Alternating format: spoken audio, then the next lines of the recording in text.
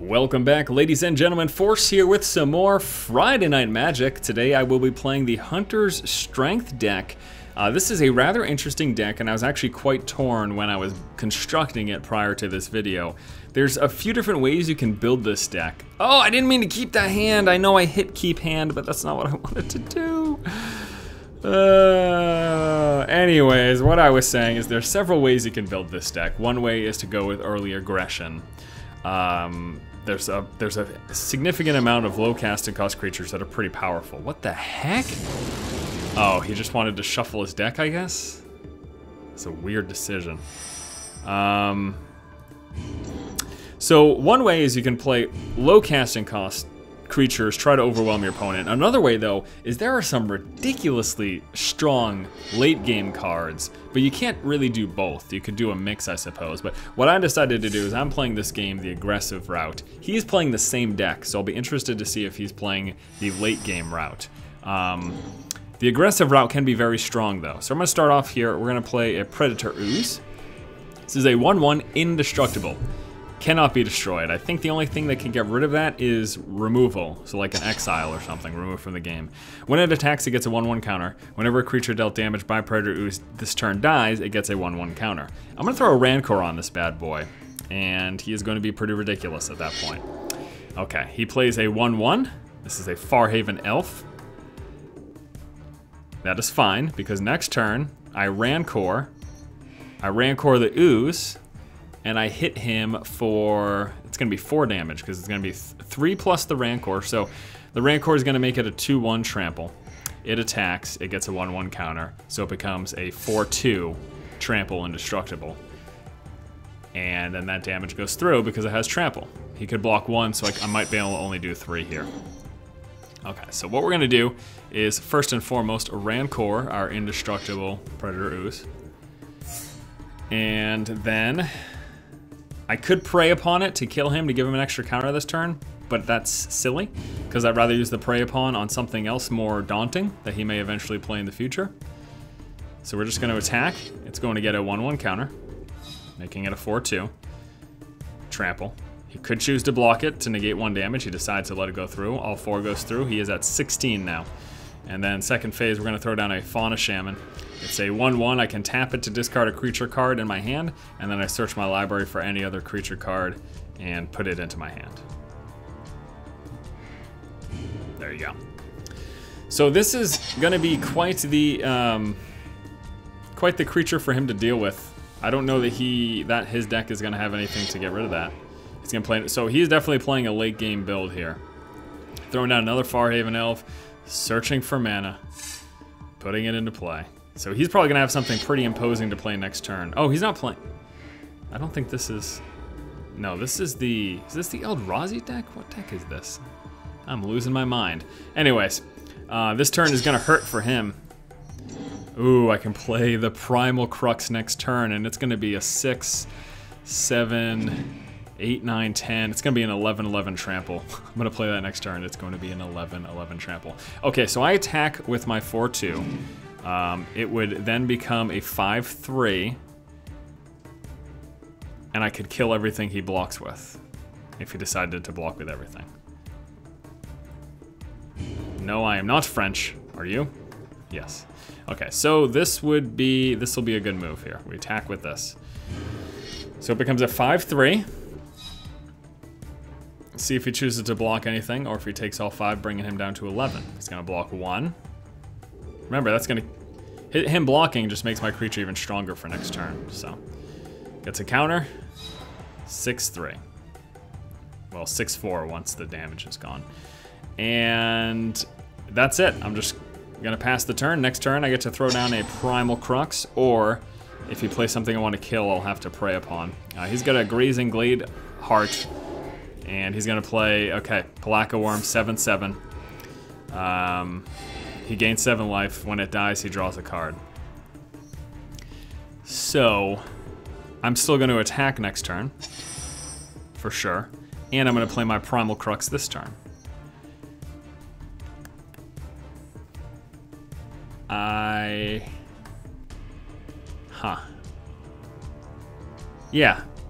Yeah, I think that's what I want to do.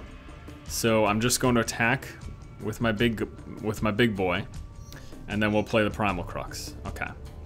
So we attack. This will become a 7/5 trample. It's indestructible. Should he choose to block it with this 7/7, his creature dies, mine still lives. He might just let it go through though.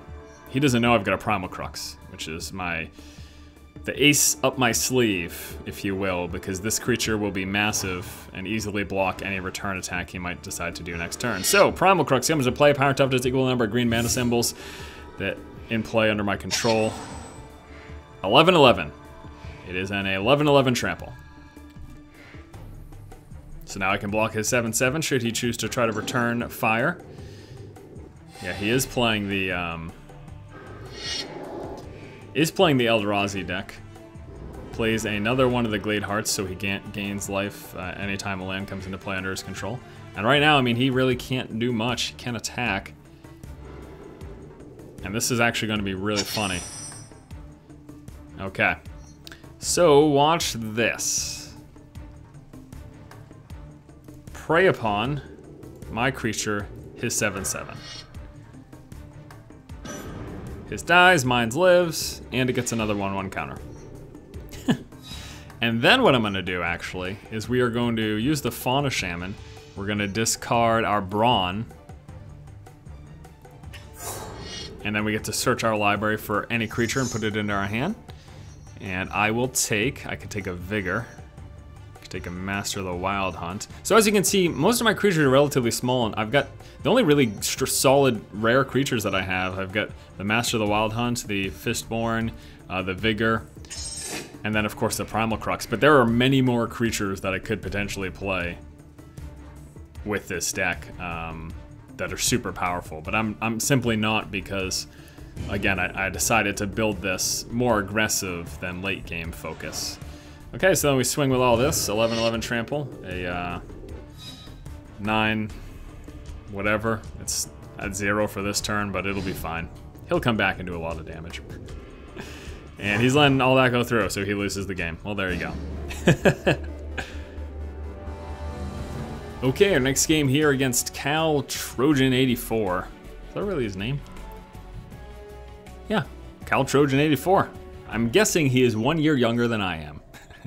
Alright, I get to play first. This is a really solid opening hand. We're going to keep this bad boy.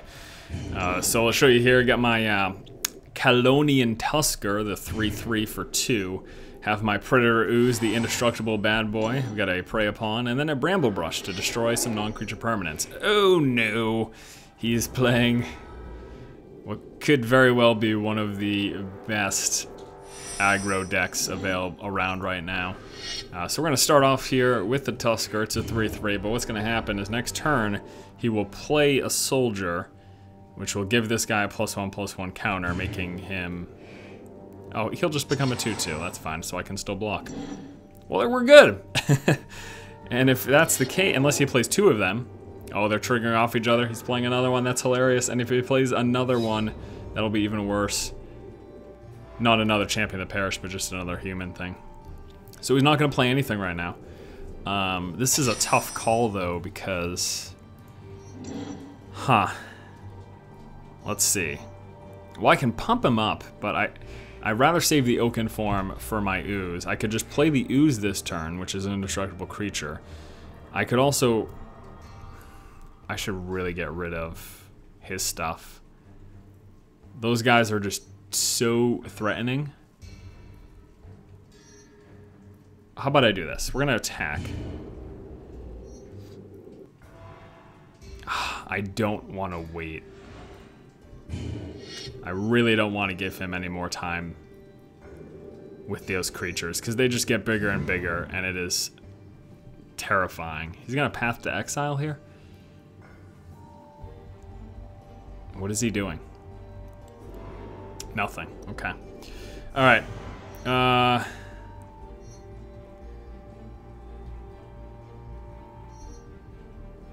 don't want to give him any time with these guys. Let me think. One more turn could be one turn too many. We're gonna kill that guy off. have them fight each other. My concern is that if next turn, if he had played two humans, both of them would have gotten pumped up twice, and then I might not even have had the damage to kill them with a prey upon. So I think that was the right move. And actually, I just drew into a witness, so I can pull that card back if I need to at any point. For now, though, that's weird. He didn't play anything that turn. I think he might be mana screwed. Well, let me attack before I do anything else. I'm gonna attack. If he wasn't just saving his mana to kill this thing or something, then I think he might be mana screwed. So I'm gonna Bramble Brush. Not the best against his deck, because his deck has relatively low casting cost creatures, but the simple fact that he didn't play anything last turn leads me to believe that he needs 4 mana to do anything right now. He's got a hand with a lot of high casting cost cards, so.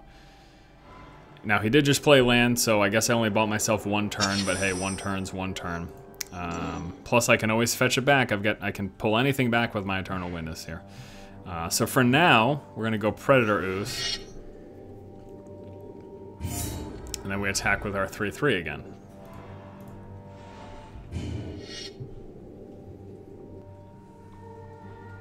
And he is choosing not to block it again, so he is now down to 11. Alright. Let's see if he drew a land. Okay, so we should be able to play something. I'm guessing he's got a 4 casting cost that he's sitting on.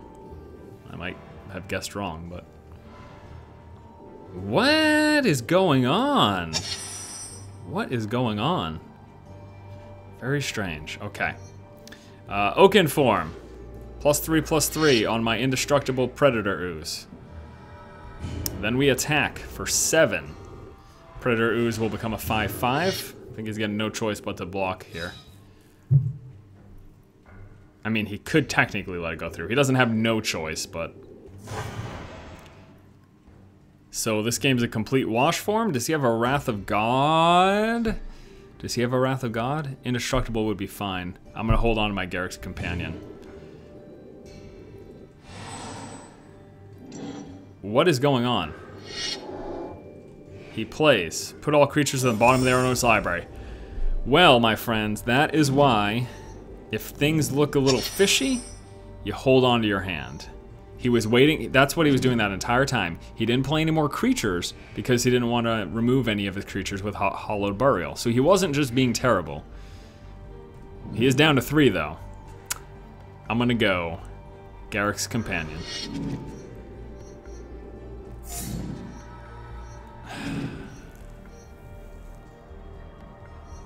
I'm going to Eternal Witness, and then I'm going to grab an Oaken form, and that should pretty much guarantee my victory next turn. Eternal Witness, pull a card from my graveyard back to my hand. Oaken form has returned. He needs to play 2 creatures to block this turn. He's probably got a bunch to play, to be honest with you. Because he was just sitting on them. He had these creatures the whole time. He was just sitting on them so he could do his removal. If he doesn't have 2. Okay, so that's the game. Well, at first I thought he was just really terrible. Then I sort of realized what was going on. And,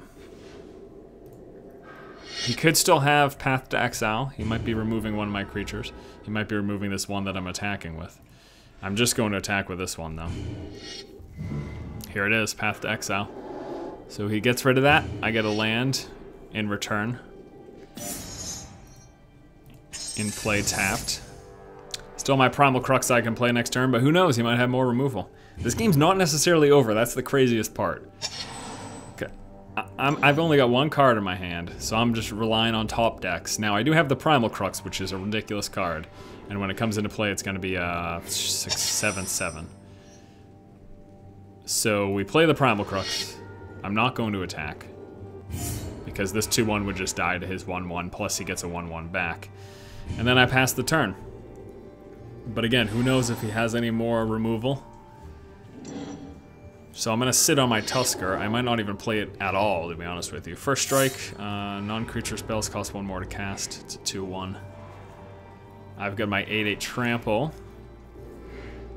So if he doesn't have a Path to Exile here, he loses now. I'm not playing any more creatures. I'm going to sit on them, in case he does have that removal. Let's attack with the 8/8. Are you serious? Wow, he does. Haha, that's funny.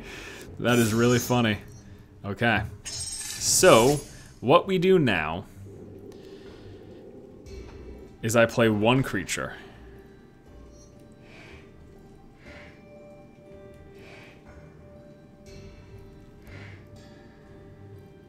Because he could draw mass removal.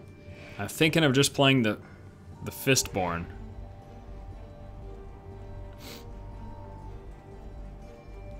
This is actually a really interesting position. If I just play the Fistborn, it becomes a 4/3. He could double block and kill it, but then that would go through unless he plays another blocker next turn. Alright, I'm going to take a chance. I'm just hoping that he doesn't draw into mass removal. If he doesn't draw into mass removal, I guarantee a win this turn. With this setup, if it would have just been these two, I wasn't guaranteed a win. He would have become a 3/2. He would have become a 5/3. He could have double blocked, and then if he played another creature, he could have blocked that one. So now he's got 3 creatures. He comes into play, destroy all tapped creatures. Whew. Whew. Good thing I didn't attack with anything. Okay, so I don't win this turn. I don't even know that I want to attack right now. This is ridiculous. He could still win this game. Alright, so let me think. I attack, I get a 5/3, a 4/4, and a 3/2. He blocks a 5/3 with that, kills it. Blocks the 3/2 with his first strike, kills it, his creature lives. Blocks this with that, he gets a 1/1 token back, and then he's got 2 creatures in play to block next turn. I don't want to attack right now. I would lose my 2. And he would keep 2 in play. Well, 1 would die, but he'd get a token back, and it would keep his first strike in play. So I needed to wait for something. This could be the thing. Enchanted creature gets +3/+3. If it dies, put a 3/3 token in the battlefield. So we're going to throw that on our Fistborn. What does he have in his hand? If he has another Path to Exile, that would be hilarious. We're going to throw this on our Fistborn.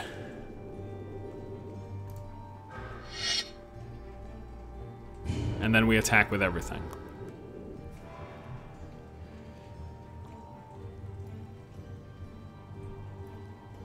He blocks and kills these 2 without losing anything. Oh no. 7/5 would become a 7/6. He could kill it. Oh no, I still can't attack. So if I attacked with everything, well, good. Wasn't planning. If I attacked with everything, he would have blocked this with his 1/1, blocked and killed that, blocked and killed that, and then I would have been left with this, and his 2 creatures would still live. He'd still have 3 creatures in play.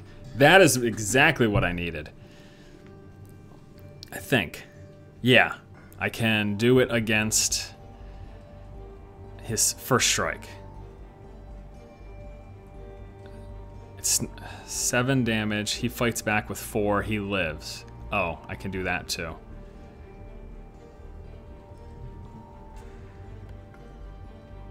Or I could just get rid of that. Okay. His 2/1 or his 4/5? His 2/1. His 4/5 is obviously a bigger creature. But then he can't kill this with his first strike. He could kill it with his 4/5 if he blocked it. So I'm going to get rid of this first strike, actually.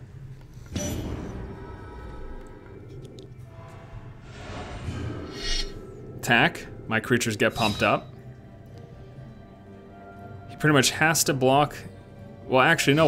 One's going through unless he has a Path to Exile. So that was perfect. Unless he's got a Path to Exile, he loses. Right. He's been replaced by AI, so that's the game. There's 3 damage goes through. There we go. Whew. Oh man, wow, what a game. That was a little bit crazy, just a little bit. I can't believe how nerve-wracking that game was. I got off to such an amazing start, and then it's like, oh, okay. So this is not the greatest hand. Vigor is amazing, but I don't have any early creatures, so we're gonna draw a new hand. I just gotta hope to draw into an early creature. I've got some really nice pump-ups for him if I do. Yeah, This is good. Okay. All right, so we went down to 6. Got my Garrick's Companion. Got a Oakenform for him, and then I also have the Eternal Witness to fetch back anything from my graveyard. Yeah, so the build that I went with, I don't know, it's interesting. I would like to try this deck the other way, though. 1/1 Undying, so it comes back with a counter on it when it dies. Alright, so pretty good. We actually just drew into a Crudgel Troll. It's 4/3 with Regeneration. Regeneration is huge. Huge, huge, huge. And next turn, Oakenform's going down on the Garrick's Companion, unless he kills it right now. Yep. He's playing the zombie. It comes into play. Each player sacrifices a creature. He's going to get rid of his 1/1, which shall come back as a 2/2. And he has got this game pretty much guaranteed that he's got this game here. Well, I mean, who knows, right? I might actually Eternal Witness now.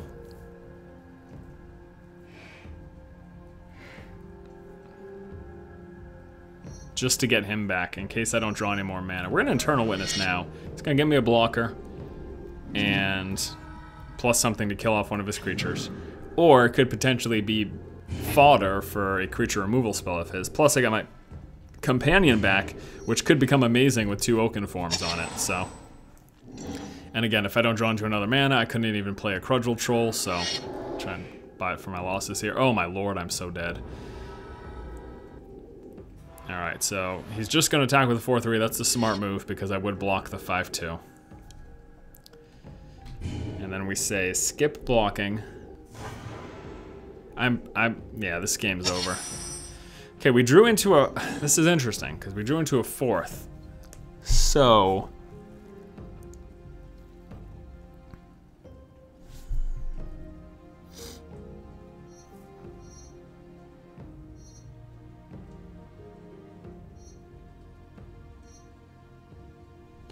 I'm gonna play the Crudgel Troll now. Because I can regenerate it, and I'm gonna pump him up. Next turn. And then I'll still have a mana left to be able to regenerate him if need be. This is definitely likely a loss though. He must have creature removal.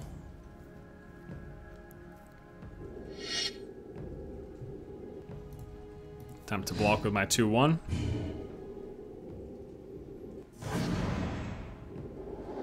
Grim Return. Choose target creatures, put in the graveyard, put it into play under your control. He's gonna take back his Marauder, forcing me to sacrifice my Crudgel Troll. That's the game. I mean, I'm not technically dead yet, but I might as well be. Okay, let's see. That's a sweet combo that he just pulled. Very sweet. He still hasn't even played any direct removal. He's just been popping off my creatures with the Fleshbag Marauder. Still got 2 cards in his hand. Corrupt. Deals damage to target creature or player. You gain life. He gets rid of my creature. Hits me for 7. Okay, this game's over. GG, I'm out of here. That was fun. But I scoop! And our last game for today is going to be against Maddox. That last game, whew, oh man. That was rough. Alright, I get to play first. This is a solid opening hand, so we are going to keep it. So, what was I gonna say? Oh yeah, I wanted to say something about people have talked about leaving games early. That's like, when you know it's a loss, that's pretty standard fare. When you know there's nothing in your deck that can deal with the situation for the next turn. And it's usually, I typically only scoop 1 turn removed. Like if I've got 2 or 3 potential turns, I'll sit, you know, just see what happens. But I knew there was nothing I could have drawn into that would have saved me there. And I knew it was over, so you scoop. It's kind of standard Magic stuff, guys. It's standard Magic procedure. At least it was when I played, like, 10 years ago. Alright, Ravenous Rat's forcing me to discard. So, It's actually kind of rough. Oh, I do have a revive. We're gonna get rid of the Bramble Brush. Because I've got a revive plus an Eternal Witness that can get back that card if I so desire at some point. And right now we're gonna throw down the Rancor, give him 2 more damage. And then we swing for 5. I see no reason to pull back the Bramble Brush right now, so we're not going to. You 2, not you 1. So he's at 15. Let's see what he's got now, turn 3. Uh-oh. Does he have no mana? If he doesn't play mana this turn, I am going to fetch back the Bramble Brush to pop off one of his lands. Wow. Awesome. He's mana screwed. Good for me. Before that, though, Eternal Witness. Or we attack before the Eternal Witness. And then we grab the Eternal Witness, pull back the Bramble Brush into our hand. He's at 10. Next turn, even if he does draw into and play another land, the turn after I will Bramble Brush one of them. He got mana screwed. Oh no, there's the land. I'll be getting rid of his island next turn. He's gonna tap out for Chittering Rats. Gonna bounce a card from my hand to the top of my library. We'll just, whatever, do the land. So, sets me back a turn because now I'm drawing into that card that was just in my hand. However, he is kind of hella screwed here. Well, you know, he can block. But we're gonna Bramble Brush. I still have the revive, so we're gonna get rid of his island. And then I will attack with everything because we still have the revive and I can pull things back. So I'm guessing he's gonna block that with that, and then he could do that too. So both my creatures are gonna die. I get the Rancor back. Next turn I can play the revive, and I could do the Eternal Witness and then follow that up with a Garruk's Companion, actually. So that's what I'll do. Ooh, second Rancor. Okay. So what we do this turn is we go revive to Eternal Witness, play the Eternal Witness, get back the Companion. We could get back the revive. I'm gonna get back the revive, because if the Eternal Witness dies, I can pull it back again. That's like a never-ending cycle, which is kind of funny. Well, actually, no, because I need to get back. I want to get the Companion back, eventually. No, I like getting back the revive. I'm gonna pull back the revive with the Witness. Next turn, I could double Rancor the Witness, and that's 6 damage. And then if the Witness dies, I can revive it. Oh man, that almost seems broken. And getting rid of his blue mana kind of really screws him, because he can't counterspell or anything like that. So there's a Brawn. It's a 3/3 trample. So we are going to, this turn, I could Brawn plus the 1 Rancor. Just in case he gets rid of one of my creatures. Let's do that. I'm gonna throw. What's he doing? I'm guessing he's got instant removal. He doesn't need to pause. Oh, he's probably just reading the Brawn. Alright, we're gonna Rancor on the Witness, swing for 4. It's gonna remove it. As a lot, target creature gets -3/-3. Bye-bye Witness. But again, the Witness can return. So that was the best move, because had I just double Rancor there, he would have killed it off, and then nothing would have happened. At least now I have got a 3/3 in play. He's gonna Mind Rot, making me discard both the cards in my hand. So that's that. However, I still have the 3/3. No more fetch for me though, because I just lost my revive. I'm gonna hold on to my forest. Actually, no, I kind of want to play it because he might have more discard, and I'd like my 6 mana just in case I draw into one of my 6 casting cost cards. So we're gonna throw that down.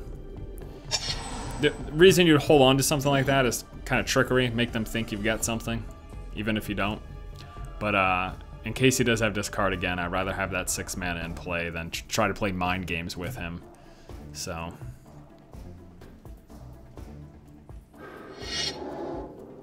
Oh no.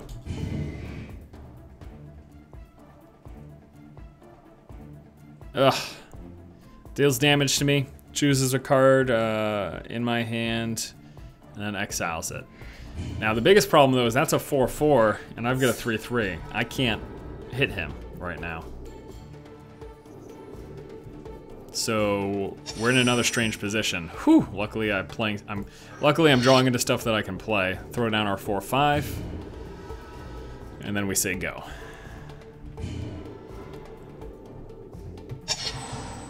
Come on, Maddox. What's next, buddy?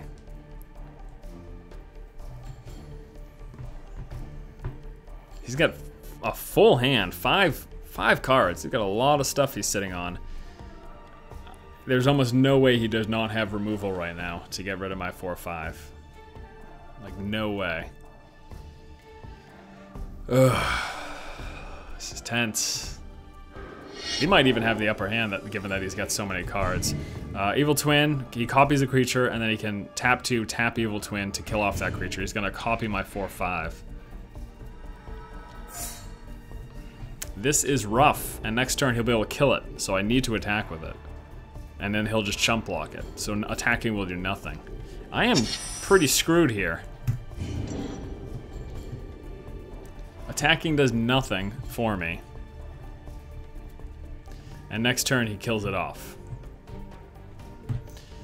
If I attack with him, he just blocks with the 4/5. They cancel each other out. Neither one of them kills each other.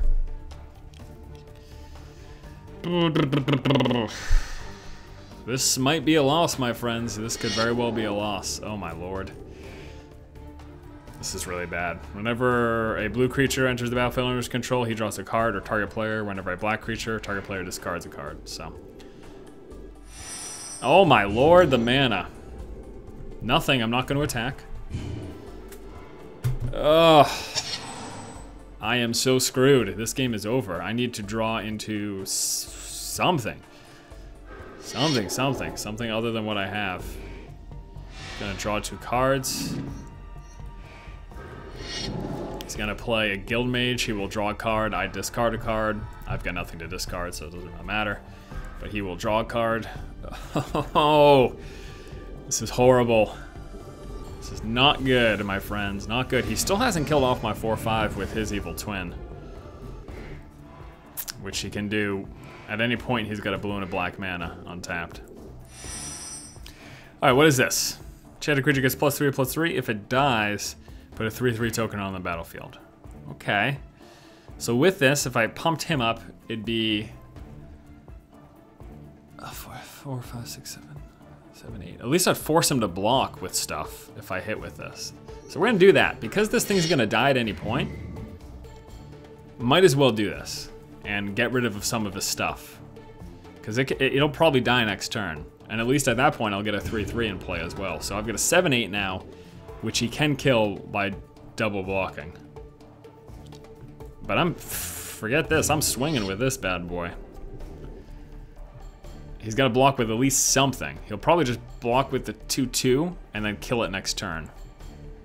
I guess that'd make the most sense.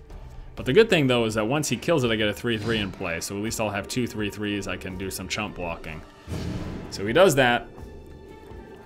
Nothing happens. God, he's got so many. He's got 7 cards in his hand. My lord. I almost guarantee you that this game is a loss. I'm still a 19, he's still a 4, but this is a really tough position to be in. I don't know what he's doing though. He can still kill it this turn. Another land. This one I'm gonna hold on to. Because, you know what? No, because as soon as he plays a black creature, I've got to discard it anyways. So I'm gonna swing, he's just gonna kill it. And then I get a 3/3. So he kills it with his Evil Twin. Okay, so it dies. I get a 3/3 in play. Now at least I've got chump blockers if he decides to attack. But I'm still nowhere closer to winning this game. Not even a tiny bit closer to winning this game. Beacon of Unrest, this sounds terrible. Put target artifact or creature card from a graveyard onto the battlefield under your control. Getting a leatherback Baloth. Okay. What? Oh, it can't be blocked. That's right. How is he not attacking with that all the time? I guess he was saving blockers, right? I don't know. Vigor! Oh. This is huge. Vigor. 6/6 trample. If damage would be dealt to a creature you control other than Vigor, prevent that damage. Put a 1/1 counter on that creature for each 1 damage prevented that way. If he blocks, these guys will get 4 1/1 counters on them. Plus they take no damage. I'm pretty sure that's how it works. There it is.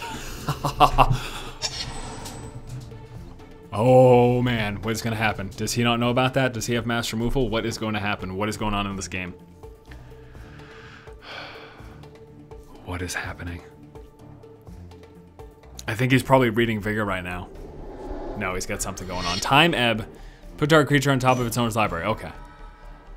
And then he's got something to kill this too, right?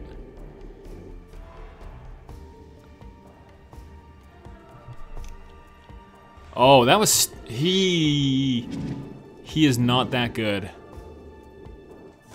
Why are you being rude, Force? I'm not being rude. The thing is, he should have bounced this back. When he bounced a token back, it just dies. Now I can replay this creature. Just like that. I'm at 11, though. If I attacked with...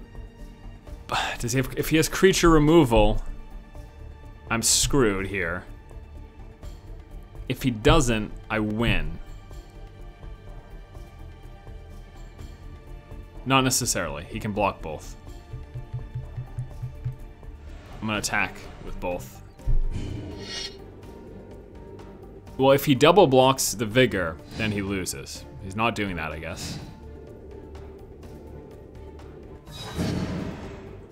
Am I gonna... There's... If I win this game, it's because he screwed up. Not because of my superiority. It's because he should have bounced back the token. I don't know. But I think I might win this game, which is bonkers because I should have lost it. I can't believe I topped. The Vigor is ridiculous. The card is ridiculous.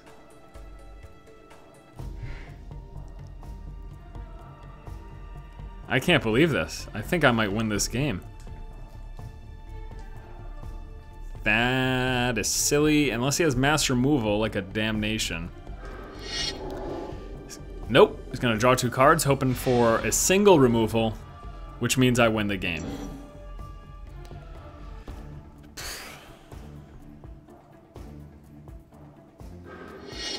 He plays a 1/1 flying, which means I win the game.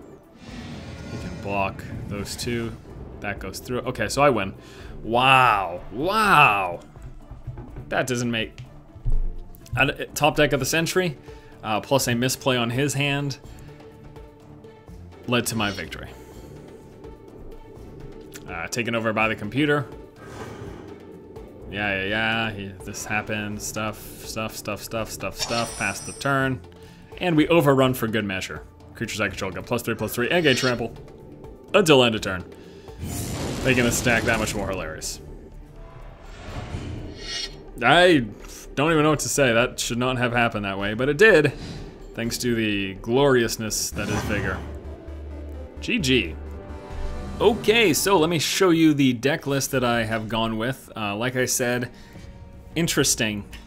This deck has so many different ways you can build it. The way I built it was aggressive with a few powerful higher casting costs, but this deck has so much crazy stuff in it. Rancors, unbelievable enchantment. Prey upon for direct removal. Make 2 creatures fight. Fauna Shaman, just to search if I get to a late game position where I've got a small creature that I'd rather not play, and I'd rather look for a bigger one. That's a great opportunity. Early game beats. Early game beats. Revive. You saw the effectiveness of that. Predator Ooze. Indestructible. Gets bigger. Can't go wrong. Eternal Witness for Graveyard Fetch. Leatherback Ballast, just a nice big old creature. Beastmaster Ascension, really awesome card. Didn't come into play here. I only have 1 of them in the deck, unfortunately. If more were available, I absolutely would have taken them. Elephant Guide to pump up your creature, plus you get stuff back. Oaken Farm to pump up my creature. Pulse of the Tangle, this is another cool card. 3 lands, I get a 3/3 token. If the opponent has more creatures, I return Pulse to my hand. So I can just keep playing that until I have at least as many creatures as my opponent.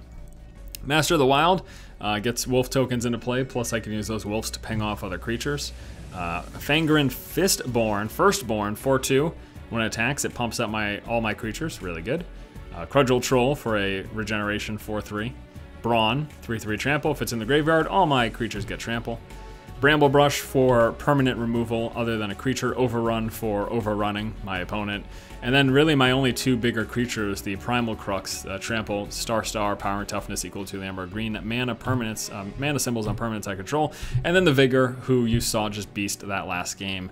But yeah, there are some unbelievably strong rare cards in this deck, but truth is, I think that the early aggression is a good way to play it. Protein Hulk is so good. I can't even believe I don't play with that. I should. There's so many cards here that I feel like I should play with, but you got to pick and choose, you know? There's only so much you can do. So there you go, guys. Thanks so much for watching. Once again, this has been Force, and be sure to tune in next Friday for another episode of Friday Night Magic. Keep watching and keep owning.